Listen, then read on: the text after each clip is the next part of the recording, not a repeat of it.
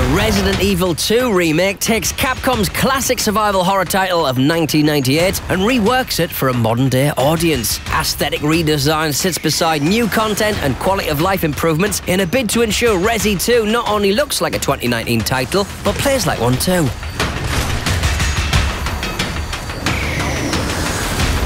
The first thing to grab you in Resident Evil 2, even before Raccoon City's undead inhabitants, are the updated visuals. The static camera of early Resi games has been replaced by a modern over-the-shoulder viewpoint. While the original's fixed perspective was great for framing the action and offering a director's eye view of key scenes, the new camera creates an experience that is far more up-close and personal.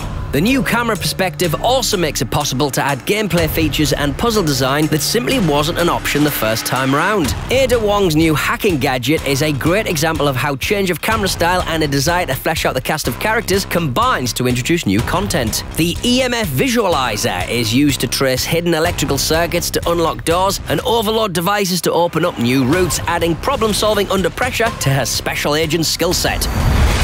Exploring characters in greater depth to more meaningfully reflect their backstory and motivations is representative of how video games tell stories more effectively than before. Modern standards for script writing and voice acting are leveraged here, with performances that are affecting and nuanced. Please, help me!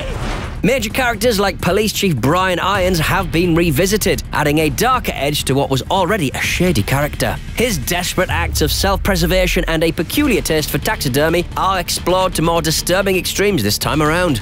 There's a far more poignant portrayal of the human cost of the outbreak too. Avoiding spoilers, this is perfectly exemplified by the infamous scene at Kendo's gun shop. This fan-favourite NPC has been entirely reimagined as a man simultaneously struggling to make sense of unfolding events and come to terms with the personal cost of the devastation around him.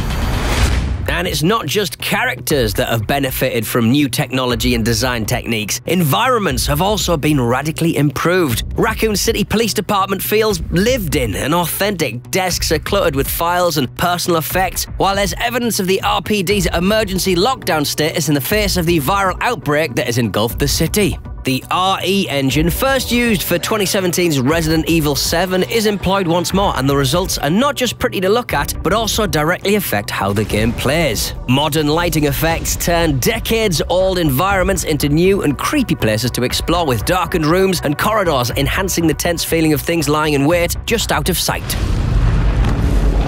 The familiar and grotesque lickers embody this notion, lurking in the shadows and also benefiting from updated design. Their ability to cling to walls as well as ceilings make them more nimble and evasive than before, while their fondness for crawling around RPD's vents ensure they can drop in without warning to scare players witless.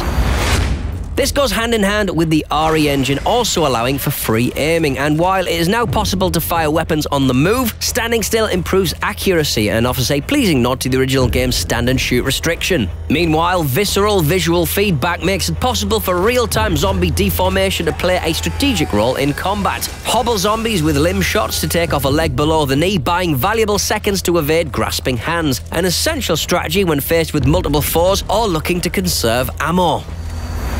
Effective management of Resident Evil's inventory system has long been a part of the series. Working out what to take and what to stash for later remains part of the game, but is balanced by a far more streamlined interface for accessing the available arsenal. The quick inventory select keeps players more engaged with the action, whether that's swapping between primary weapons when going toe-to-toe with biological super weapons, or using secondary items like knives and flash grenades to extricate Claire and Leon from an otherwise deadly situation.